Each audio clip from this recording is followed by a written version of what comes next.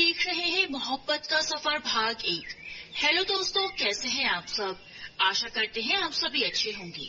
एक बार फिर से हम आपके सामने हाजिर हैं एक नई पेशकश के साथ, जिसका शीर्षक है मोहब्बत का सफर।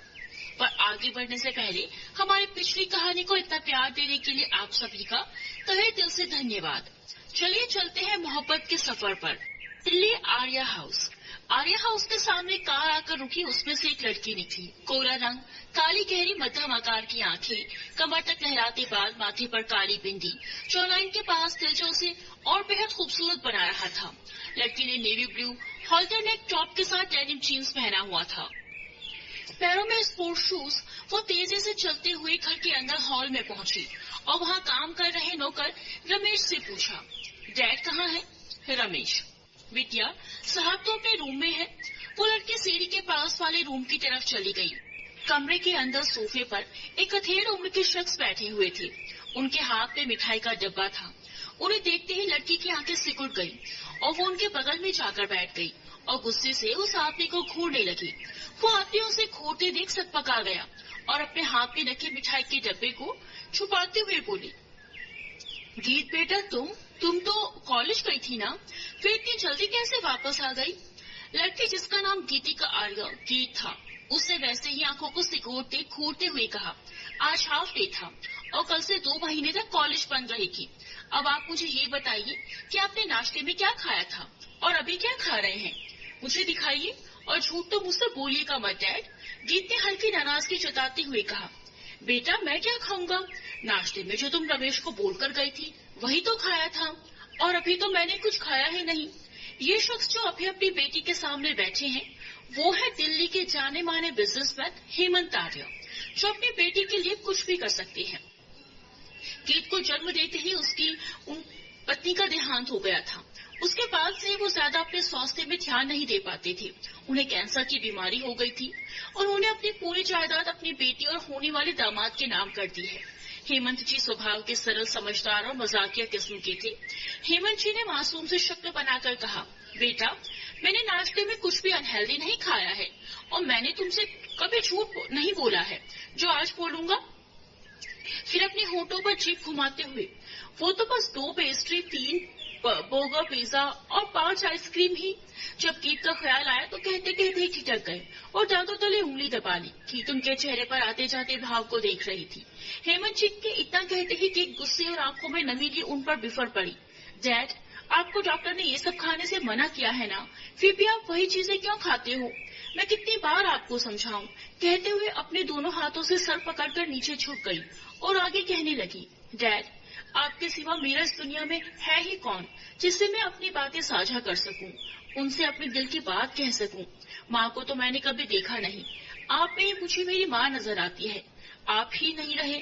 आगे के शब्द उसके गले में ही अटक गई। वो कुछ बोल नहीं पाई और सिसकने लगी। उसके आंसू फर्श पर गिरने लगे। हेमंत जी का गला भर आया। उन्होंने भरी आंखों से उसके सर को सहलाते हुए कहा, सॉरी बेटा, आज के बाद ऐसी गलती नहीं करूंगा, अपना पूरा ध्यान रखूंगा। अभी तो अपनी नन्ही राजकुमारी को दुल्हन बनते हुए देखना है।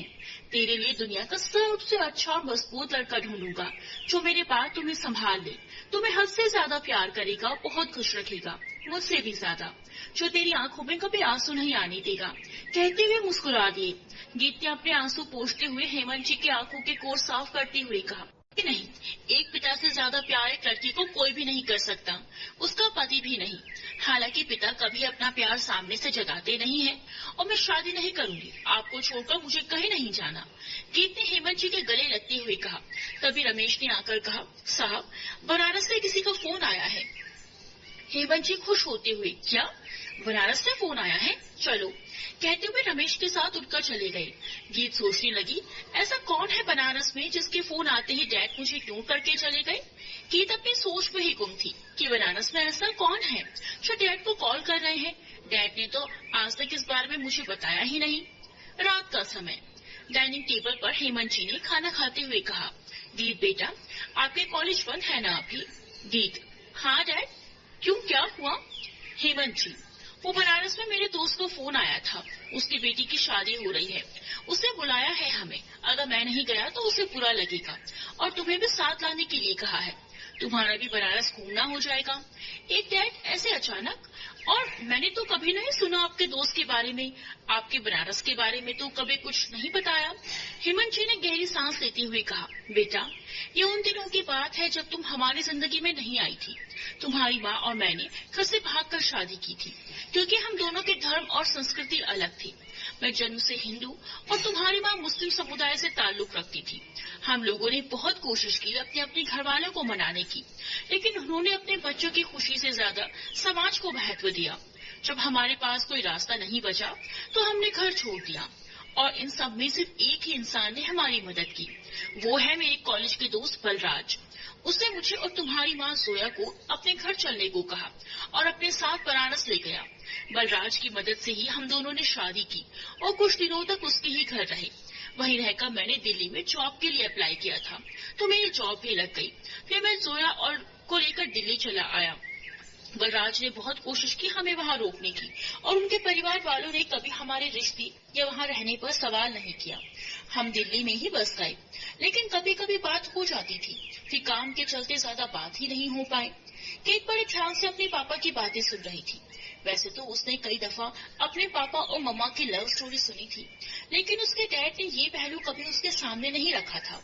उसे तो हमेशा यही लगता था कि उनकी शादी उनके परिवार वालों की मर्जी से हुई थी, लेकिन उसके डैड ने कभी बताया ही नहीं कि उन्होंने घर से भागकर शादी की थी। गीत अवाक सी अपने डैड को देख रही थी। तभी उसे कुछ याद आया और उसके चेहरे पर गुस्से के भाव उभर आए। हेमंत जी ने उसे सोचते देखा तो बोले, बेटा प्यार करना गलत नहीं है, गलत इंसान से प्यार करना गलत है। इंसान को परखना सीखो। जो इंसान तुमसे सच्चे दिल से प्यार करेगा वो कभी तुमसे कुछ नहीं चाहेगा सिवाय वक्त और साथ के। उसे धन दौलत से अधिक तुम्हारी खुशी प्यारी होगी। गीता आंखों से, dad I am very sorry, मुझे वो सब नहीं करना चाहिए था, मैं बहुत शर्मिंदा हूँ डैड, कहते हुए अपनी नजरें झुका ली। हेमंत जी उसका चेहरा ऊपर करते हुए, वो सब मैं कब का भूल गया हूँ, तुम भी भूल जाओ और एक नए सिरे से अपनी जिंदगी की शुरुआत करो बेटा। अब ये सब बातें छोड़ो और खाना खाओ, ठंडा हो रहा है। कल शाम को हमारी फ्लाइट है बनारस की, तो पैकिंग भी तो करनी होगी।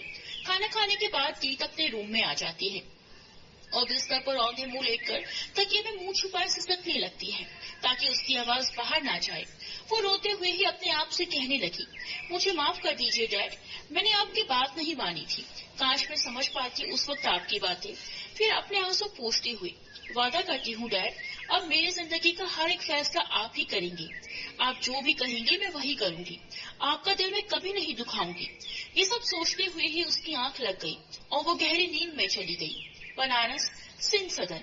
बलराज जी घाट पर बैठे चाय पी रहे थे और फोन पर किसी से बातें भी कर रहे थे।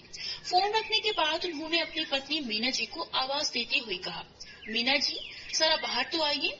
मीना जी रसोई से निकलकर अपने हाथों को आंचल से साफ करती हुई बाहर आई और कहा, क्या हुआ जी? बलराज जी खुश होते हुए बोले, सुनो, कल शाम को हेमंत और उसकी बेटी गीतिका आ रहे हैं। देखना उनके स्वागत में कोई कमी ना रहे। सालों बाद आ रहा है मेरा यार, उनके रहने का इंतजाम करवा दो। मीना जी मुस्कुराते हुए, क्या हेमंत भैया आ रहे हैं और साथ में गीतिका बिटिया भी? आपको याद है जब आप मुझे दिल्ली लेकर गए थे तो गीत ने मुझे कैसे अपनी माँ समझ लिया था और आने के दिन छोड़ ही नहीं रही थी। बड़ी मुश्किल से समझाया था मैंने उसे। आप परेशान मत होइए जी, मैं राजू और राधा से कहकर कमरा साफ करवा दूंगी और गीत मानवी के साथ उसके कमरे में रह जाएगी। अब आप जल्दी सो जाइए, सुबह जल्दी भी उठना है। मैं आदि और मानवी को बताकर आती हूँ। कहकर जैसे ही वापस जाने के लिए मुड़ी, बलराज जी बोल पड़े, अरे मीना जी, अभी उन दोनों को कुछ मत बताइए, कल सुबह बता देना।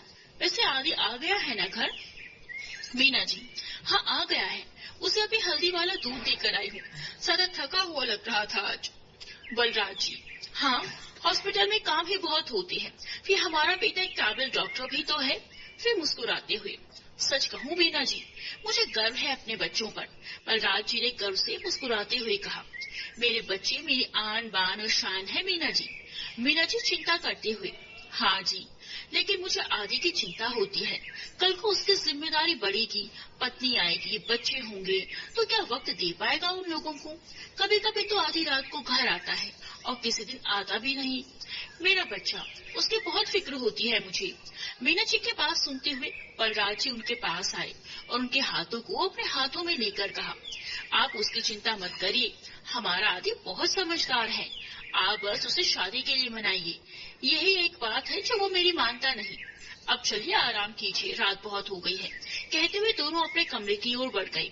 बलराज सिंह सदन के मुखिया, सरल, समझदार और मजाकिया किस्म के इंसान हैं। इन्हें अपने परिवार में सब बहुत मानते हैं। बलराज जी कपड़े का शोरूम चलाते हैं। मीना जी सरल स्वभाव, ममता की मूरत। इन्हें कभी किसी में कोई कमी नजर नहीं आती।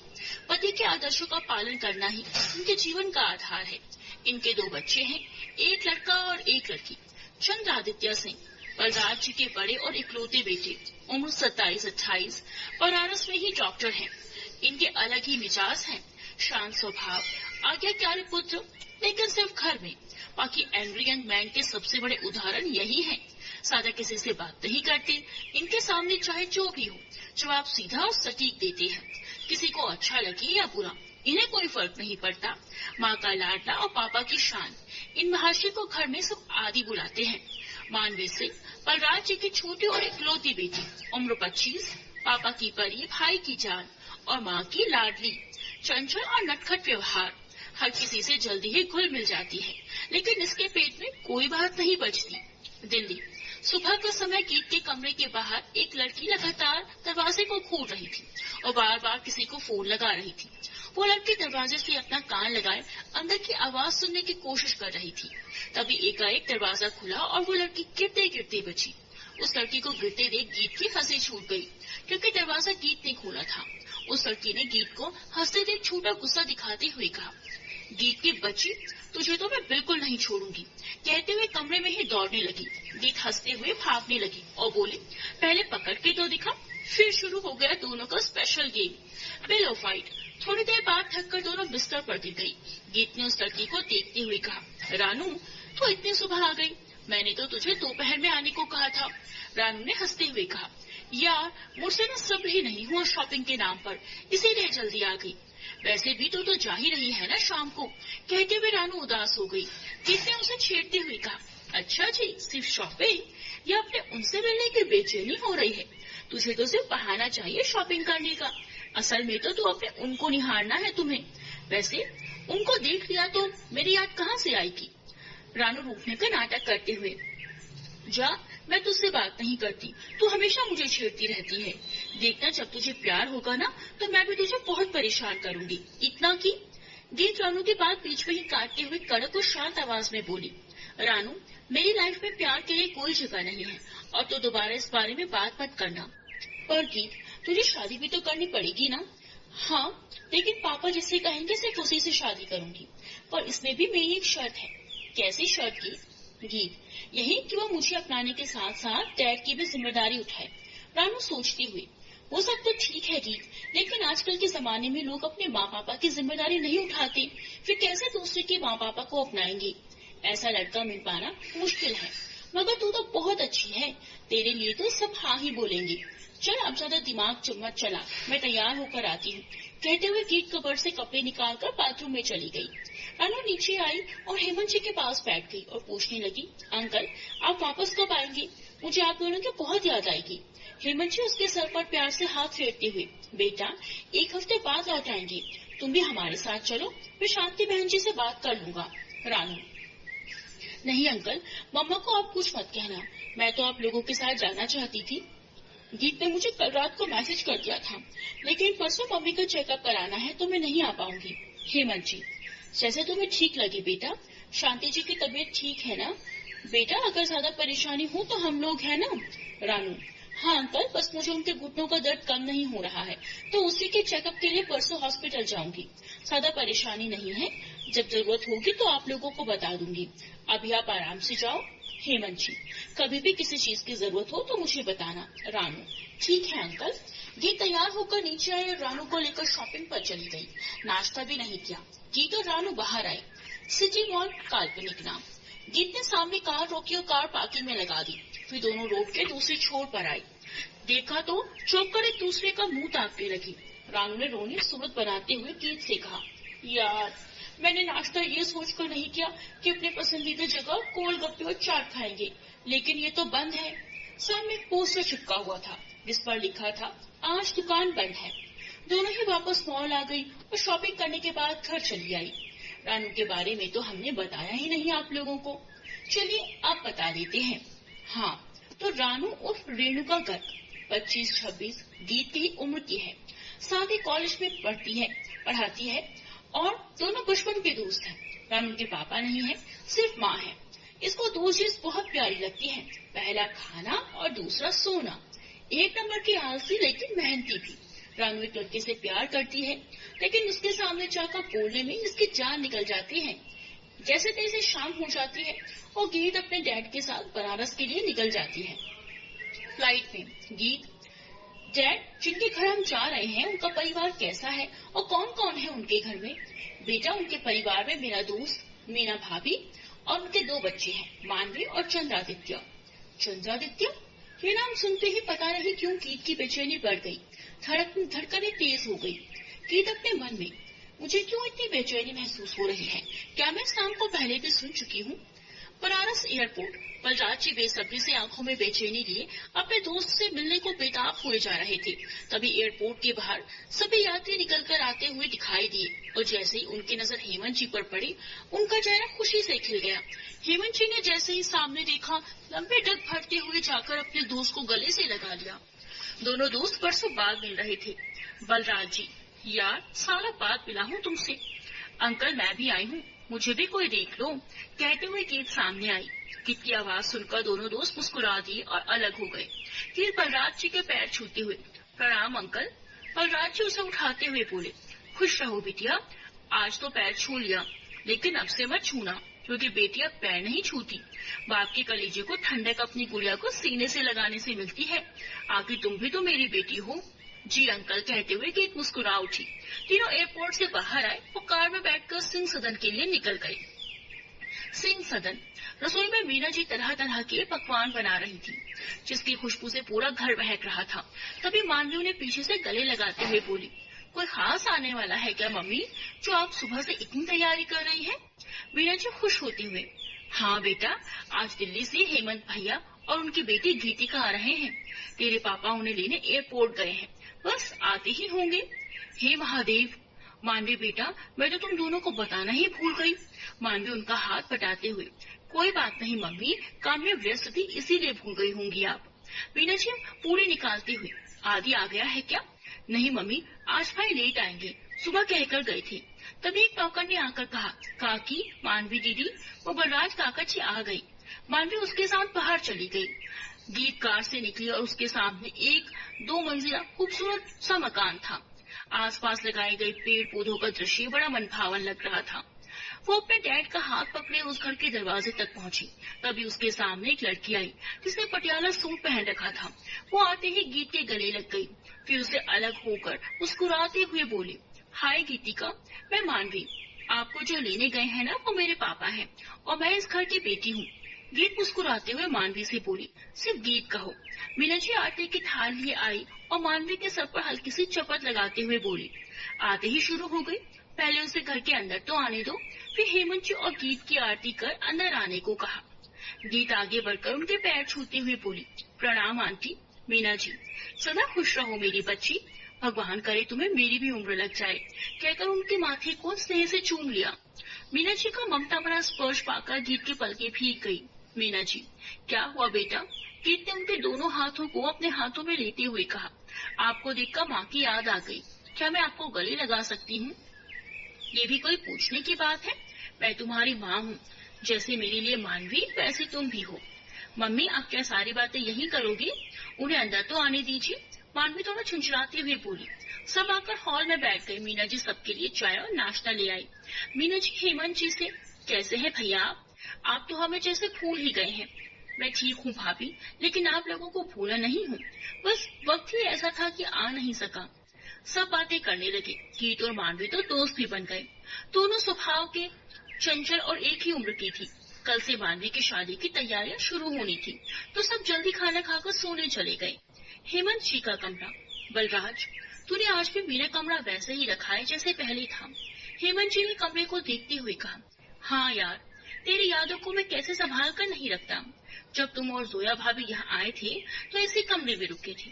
बलराज जी ने कहा। थैंक यू यार, मेरी उस जोया की यादों को संभाल कर रखने के लिए। लेकिन मेरे पास एक कीमती चीज है, मेरी पूंजी, मेरा जीवन, जिसे तुम्हें संभाल कर रखना है। कहते हुए बलराज जी के हाथों को अपने हाथों में लेकर बिस्तर पर बैठ गए। बलराज जी, यार तेरे लिए तो जान भी हाजिर है। तू एक बार कह तो सही, सब कर सकता हूँ तेरे लिए। अगर तू नहीं होता तो मेरे और मीना के रिश्ते के लिए घर वालों को कैसे मनाता। हेमंत जी, बलराज मेरी एक बात मानेगा। बलराज जी, बोलना यार, तेरे लिए तो कुछ भी करूँगा। हेमंत जी, मेरी बिटिया गीतिका को अपने घर की बहू बनाकर मेरी अमानत स्वीकार कर लो। मैंने चंद्रादित्य को तो नहीं देखा, लेकिन तुम्हारी बातों से मुझे लगता है कि गीत के लिए चंद्रादित्य से अच्छा लड़का मुझे नहीं मिल सकता। लेकिन चंद्रादित्य अगर इस रिश्ते के लिए हाँ कहेगा तो ही ये शादी होगी। उसे जबरदस्ती हाँ कहने के लिए मजबूर मत करना। आखिर उसकी खुशी में ही तो हम सब की खुशी है। बलराज जी, यार तूने तो मेरे मुंह की बात छीन ली। और मेरा बेटा इस रिश्ते के लिए हाँ कहेगा, क्योंकि मैंने उसको कभी किसी चीज के लिए मना नहीं किया। अगर उसे कोई लड़की पसंद भी होती तो अपने घर में बता चुका होता। बलराज जी ने खुशी से भरकर कहा तो हेमंत जी मुस्कुरा उठे। और एक बात है, तू मुझसे वादा कर, मेरे जाने के बाद मेरी बिटिया का हमेशा ख्याल रखेगा। हेमंत जी ने धीरे से कहा। बलराज जी असमझ की स्थिति में बोले। कहाँ जाने के बाद? तू कहीं जा रहा है क्या? हेमंत जी, अरे दिल्ली जाने के बाद कह रहा हूँ। सोच रहा हूँ गीत को कुछ दिन यही छोड़ दूं। थोड़ी देर तक दोनों बातें करते रहे, फिर बलराज जी अपने कमरे में सोने के लिए चले गए। मानवी का रूम। गीत वॉशरूम से निकले तो देखा मानवी किसी से फोन पर बात कर रही थी, तो वो रूम से निकलकर बालकनी में चली गई। वहाँ से 80 घाट साफ तौर पर दिखाई दे रही थी। कितना सुकून है ना महादेव की नगरी में, बेचैन मन को चैन मिल जाता है। गीत ने खोए हुए स्वर में कहा। तभी मानवी वहाँ आते हुए बोली। गीतिका, आप कल मेरे साथ शॉपिंग पर जाना चाहोगी? मुझे कुछ सामान लेना है। नहीं, गीत बोली। फिर थोड़ा रुक कर, अगर तुम मुझे गीतिका या आप कहकर बुलाए तो मैं नहीं जाऊंगी। अगर तुम मुझे गीत या तुम कहकर बुलाओगी तो जरूर चलूंगी। गीत मुस्कुराते हुए बोली। मानवी खुश होते हुए बोली। ठीक है, अब से मैं तुम्हें गीत ही बुलाऊंगी। गीत मुस्कुरा दी। वैसे मेरे होने वाले जीजा जी का नाम क्या है? अभी उन्हीं से गुफ्तगू हो रही थी ना? गीत ने आंखें मटकाते हुए कहा। तो मानवी के गाल लाल हो गए। मानवी शर्माते हुए। हाँ, मानिक शर्मा। देखो तो कैसे जीजे के नाम से शर्मा रही हूँ। अभी तक तो शर्मा हुए भी नहीं और शर्माना आरंभ हो गया। गीत ने हंसकर मानवी को छेड़ते हुए कहा। मानवी बात बदलते हुए। गीत, तुम दिल्ली में क्या करती हो? गीत, कॉलेज में प्रोफेसर हूँ। तो उन्होंने थोड़ी देर बातें की और सोने चली गई। गीत को नींद नहीं आ रही थी। नई जगह, नया शहर, किसे नींद आती है? वैसे ही हाल गीत का भी था। वो उठकर नीचे आई तो देखा मीना जी हॉल में बैठी किसी का इंतजार कर रही थी। वो मीना जी के पास आकर बोली, आंटी। मीना जी ने उसे देखा तो वो बोली, आंटी आप सोई नहीं अभी तक? मीना जी उसे अपने पास बिठाते हुए बोली, बेटा अभी तक आदि नहीं आया है तो उसी का इंतजार कर रही हूँ। तुम सोई नहीं? गीत, आंटी मुझे नींद नहीं आ रही थी। मीना जी प्यार में, हाँ बेटा नई जगह है तो तुम्हें नींद नहीं आ रही, तुम लेट जाओ, मैं तुम्हें सुला देती हूँ। कहते हुए मीना जी ने गीत का हाथ पकड़कर सोफे पर बिठाया और बोली, अपना सर मेरी गोद पे रखो, देखना तुम्हें जल्दी नींद आ जाएगी। नहीं आंटी, इसकी कोई जरूरत नहीं है, आप मेरी वजह से परेशान मत होइए। गीत उन्हें परेशान ना करने के इरादे से बोली। मीना जी छूटे नाराजगी दिखाते हुए, मतलब अब तक तुम हमें पराया ही मान रही हो? नहीं आंटी, आप ऐसा क्यों बोल रही हैं? मीना जी थोड़ा रुक कर हक जताते हुए, पहले तो ये आंटी आंटी बोलना बंद करो, माँ कहो मुझे और चुपचाप लेट जाओ। आओ बेटा। मीना जी का अपने लिए इतनी ममता देखकर गीत कुछ बोल नहीं पाई और थोड़ा सकुचाते हुए अपना सर उनकी गोद पे रखकर सोफे पर लेट गई। मीना जी प्यार से उसके सर पर थपकी देने लगी। माँ, ये आदि कौन है? गीत ने अपने मन में उठ रहे सवाल को आखिर पूछ ही लिया। आदि मेरा बेटा है, मीना जी ने संक्षिप्त में जवाब दिया। वो क्या करते हैं जो इतनी रात में आते हैं? गीत ने कहा। वो एक डॉक्टर है बेटा, कभी भी इमरजेंसी आ जाती है तो जल्दी घर आ नहीं पाता, कभी कभी तो 3-4 बजे सुबह को आता है। हम उनकी तरह काम करना हर किसी के बस में नहीं होता माँ, गीत ने कहा। और गीत कब सोई उसे पता ही नहीं चला। तभी गेट के सामने एक बुलेट आकर रुकी। उसमें से एक लड़का उतरकर दरवाजे के अंदर आया। सफेद शर्ट बाजू को फोल्ड किए हुए, ब्लैक पैंट, राइट हैंड में सफेद कोट लिए, लेफ्ट हैंड में स्टेथोस्कोप पकड़े, माथे पर बिखरे बाल, ब्लैक शूज, हाथों में रिस्ट वॉच। उसको देखकर ही लग रहा था कि बहुत थका हुआ है।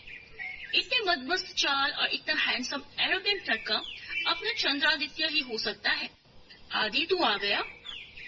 उस लड़के ने मीना जी को सोफे पर बैठे देखकर कहा। अम्मा, आप अभी तक सोई नहीं? कहाँ इतनी रात तक जागते रहते हो? मीना जी ने हॉल की लाइट्स ऑफ कर दी थी। बस थोड़ी मध्यम रोशनी वाली लैंप ही जल रही थी। वो तो सोई हुई गीत पर ध्यान ही नहीं दे पाया। सवाल बाद में पूछ लेना, पहले तुम जाओ और फ्रेश होकर आओ, मैं खाना गर्म करती हूँ। कहते हुए जैसे ही मीना जी उठने को हुई कि उनकी नजर अपनी गोद में सोई हुई गीत पर पड़ी।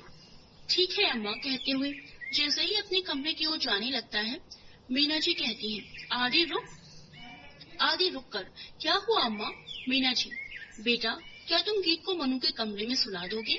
आदि हौले से बुदबुदाया। गीत? फिर मीना जी से, कौन गीत अम्मा? चंद्रादित्य ने जैसे ही गीत का नाम सुना उसे कुछ अजीब सा महसूस हुआ, जिस पर उसने ध्यान ना देते हुए मीना जी से पूछा, कौन गीत अम्मा?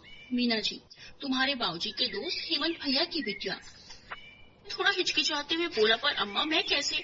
मीना जी हल्के से गीत का सर उठाकर सोफे पर रखते हुए, बेटा वो गहरी नींद में है, बड़ी मुश्किल से तो उसे नींद आई, अब उठाऊं कैसे? तुम जाओ मनु के कमरे में सुला आओ, मैं खाना लगाती हूँ। कहते हुए मीना जी रसोई में चली गई। चंद्रादित्य ने अपने हाथ में पकड़ा कोट और स्टेथोस्कोप वहीं सोफे पर रखा और गीत की ओर बढ़ने लगा। जैसे जैसे उसके कदम बढ़ रहे थे वैसे वैसे ही उसकी धड़कनें भी तेज होती जा रही थी। चंद्रादित्य अपने आप में, मेरा दिल क्यों इतनी जोर से धड़क रहा है, ऐसे उछल रहा है जैसे अभी बाहर आ जाएगा। फिर अपने ख्यालों को झटकते हुए गीत के पास आ गया। उसने देखा गीत दोनों हाथों और पैरों को जोड़े खुद में ही सिमट कर सोई हुई थी। उसे देखकर लग रहा था उसे ठंड लग रही है। उसके बाल उसके चेहरे पर बिखरे हुए थे, इसीलिए उसकी सिर्फ आंखें दिख रही थी, जिसकी पलकें घनी और बड़ी बड़ी थी। इसे देखते चंद्रादित्य खो सा गया, जबकि सोते हुए भी मुस्कुरा थी। शायद सपने में कुछ अच्छा देख रही थी। तभी रसोई घर में बर्तन गिरने की आवाज आई और चंद्रादित्य की तंद्रा टूटी। उसने आगे बढ़कर गीत को अपनी बाहों में उठा लिया। ठंड में गर्म का एहसास पाकर गीत चंद्रादित्य से बच्चों की तरह चिपक गई और उसका होंठ चंद्रादित्य के गले से जा लगा।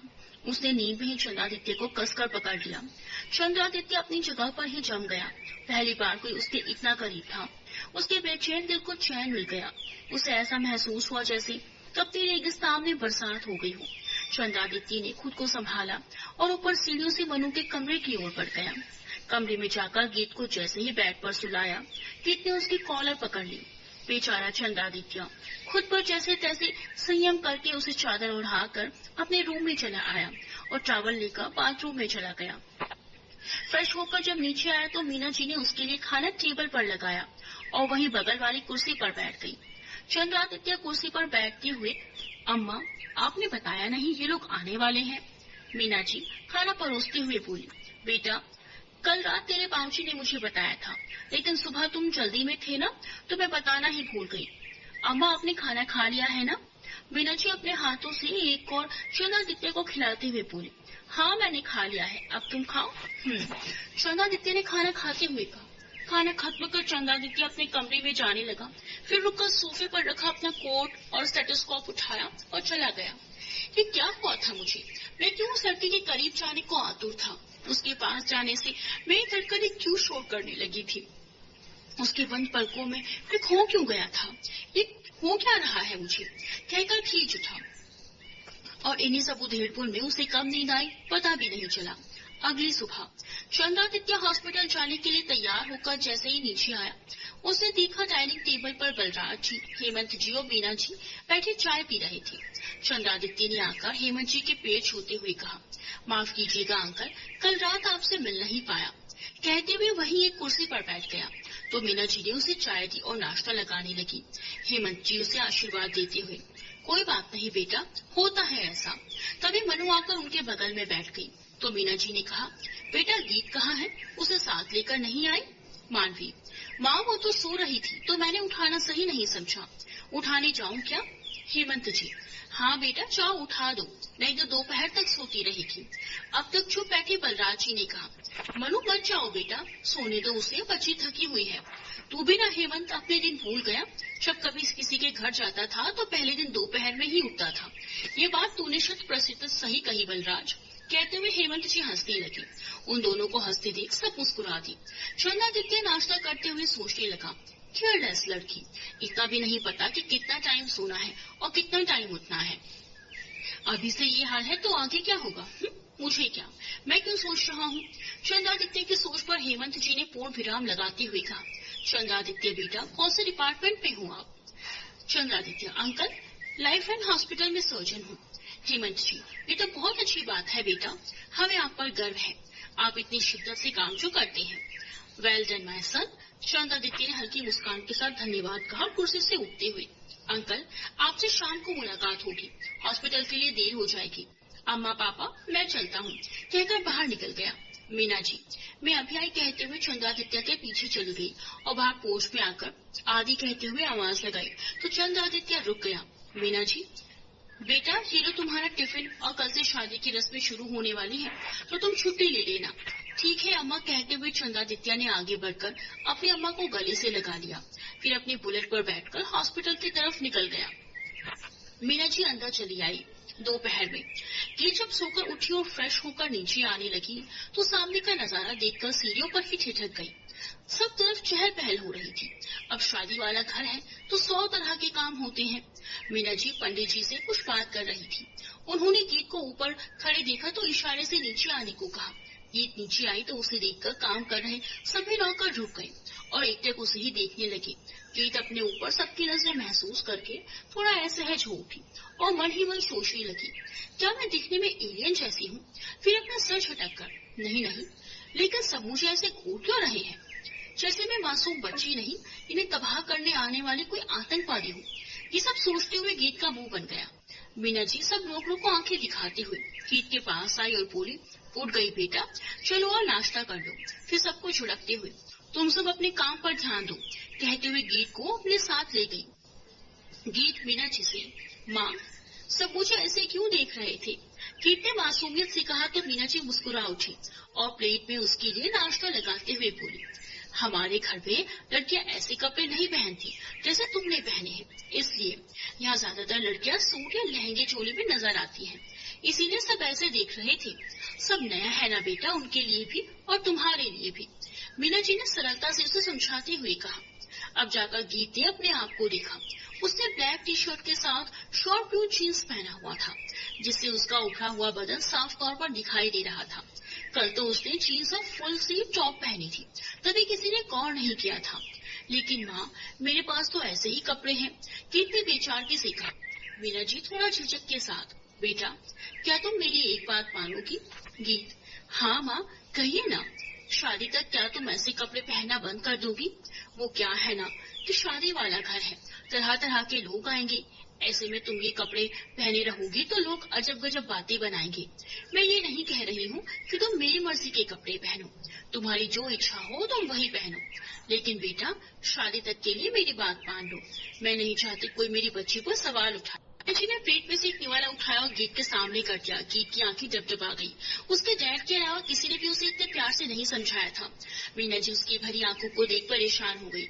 उन्हें लगा कि गीत को उनकी कही बात बुरी लगी, इसीलिए उन्होंने कहा, माफ करना बेटा, मुझे ऐसी बात नहीं करनी चाहिए थी, मेरा इरादा तुम्हारे मन को ठेस पहुंचाने का नहीं था, कहते हुए अपने हाथ में पकड़े निवाले को नीचे रखने लगी। गीत ने एकदम से उनका हाथ पकड़ा और निवाला खाते हुए बोली, घर में मैं और डैड ही रहते हैं, माँ को तो मैंने देखा तक नहीं, ना कभी किसी ने माँ का प्यार दिया। बचपन से तरसती आई हूँ उनकी दुलार और डांट के लिए। डैड ने कभी कोई कमी नहीं रखी मुझे प्यार देने में, मेरी ख्वाहिशों को पूरा करने में।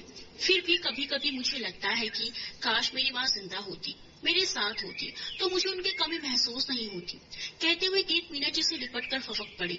मीना जी अपनी आंखों की नमी छुपाते हुए और उसे अपने सीने से लगाते हुए बोली, बेटा, मैं तुम्हारी माँ की जगह तो नहीं ले सकती हूँ, मगर कोशिश करूंगी जब तक तुम यहाँ हो कभी तुम्हें माँ की कमी महसूस ना हो। फिर नॉर्मल होते हुए अपने पल्लू से गीत के आंसू पोंछकर बोली, अब चलो रोना बंद करो, मैं तुम्हें अपने हाथों से खाना खिलाती हूँ। कहकर एक कोर उसके मुंह में डाल दिया। गीत, माँ क्या आप रोज मुझे ऐसे ही अपने हाथों से खाना खिलाओगे? मीना जी मुस्कुराती हुई, हाँ रोज खिलाऊंगी। मानवी जो कब से उन दोनों को देख रही थी, उनके सामने जाते हुए झूठी नाराजगी के साथ कहा, माँ आपने तो कभी मुझे इतने प्यार से अपने हाथों से खाना नहीं खिलाया। मीना जी उसके सर पर चपत लगाते हुए, भुलक्कड़ लड़की, 2 दिन पहले ही तो खिलाया था, भूल गई? शादी होने वाली है लेकिन इस लड़की का बचपना नहीं गया, अब भी वैसा का वैसा ही है। मानवी ने थोड़ी अदा से कहा, माँ अब तो मैं बड़ी हो गई हूँ, वो तो कभी कभी मुझे आपको छेड़ने का मन करता है ताकि आपकी अदाएं बनी रही, जाने बन। गीत मानवी की नौटंकी देखकर हंसने लगी तो मीना जी अपनी हंसी दबाकर उसे आगे दिखाते हुए, चल हट बदमाश, शैतान की नानी। अरे माँ, वो तो बस मैं आप दोनों को हंसाने की कोशिश कर रही थी जो कामयाब हो गई। फिर गीत की तरफ मुंह करते हुए बोली, गीत चलो ना बाजार चलते हैं, मैंने कुछ सामान लेना है। गीत अपनी जगह पर खड़े होते हुए, मैं कपड़े बदल कर आती हूँ। मीना जी ने उन दोनों को जल्दी आने को कहा तो गीत और मानवी दोनों ही ऊपर अपने कमरे में चली गई। थोड़ी देर बाद मानवी और गीत बाजार के लिए निकल गई और मीना जी का घर का काम देखने लगी। बलराज जो हेमंत जी घर पर नहीं थे, वो पहले ही किसी काम से बाहर गए हुए थे। जारी है।